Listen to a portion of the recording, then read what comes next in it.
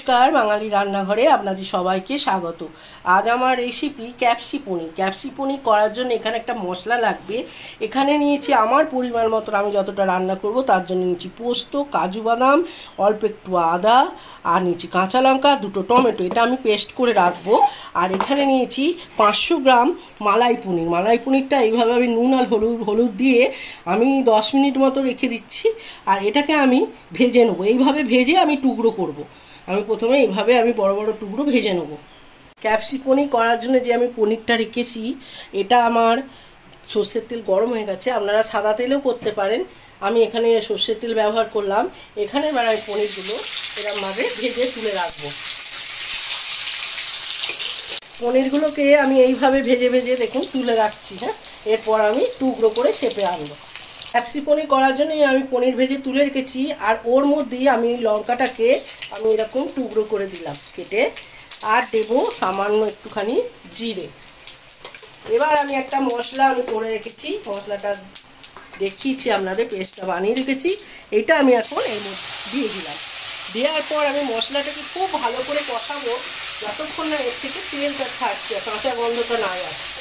আমি এখানে হলুদ ব্যবহার করছি না, এখানে দিচ্ছি কাশ্মীরি লঙ্কার গুঁড়ো কালারটা আনার জন্য।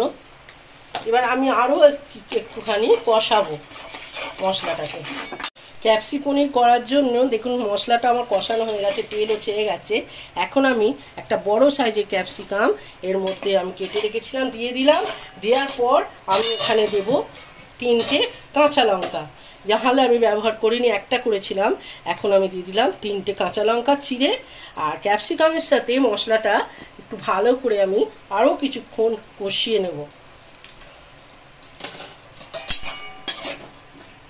এখানে আমি পরিমাণ মতো লবণ দিলাম, আর লবণটা দিয়ে আমি আরও কিছুক্ষণ কষাবো। ক্যাপসিকামটা আমার কষানো হয়ে গেছে। এখন যেটা দিতে হবে, এখানে আমি আমুল দুধ একটু দিয়ে দিলাম। দেওয়ার পর আমি এর মধ্যে দেবো চিলি ফ্লেক্স। এটা আমি কিন্তু ঝালের জন্য দিলাম না, এটা ফ্লেভারটা আনার জন্য দিলাম। দেওয়ার পর আমি আরও কিছুক্ষণ 5 মিনিট মতো এটাকে আমি ঢাকা চাপা দিয়ে 5 মিনিট। আমার ক্যাপসিকামগুলো দেখুন ভালোভাবে কষানো হয়ে গেছে, তেলও ছেড়ে গেছে। এবার এর মধ্যে দেবো আমি একটুখানি জল দিলাম, আর দেবো সামান্য একটুখানি চিনি, যাতে স্বাদের ব্যালেন্সটা ভালো থাকে। চিনি দিয়ে দিলাম। আর এখানে আমি যে পনিরগুলোকে ভেজে তুলে রেখেছিলাম, সেই পনিরগুলো আমি এইভাবে শেপ দিয়েছি, আপনারা ইচ্ছা মতো শেপ দিতে পারেন। এখন আমি পনিরগুলোকে এর মধ্যে সব দিয়ে দেবো। দিয়ে গ্যাসের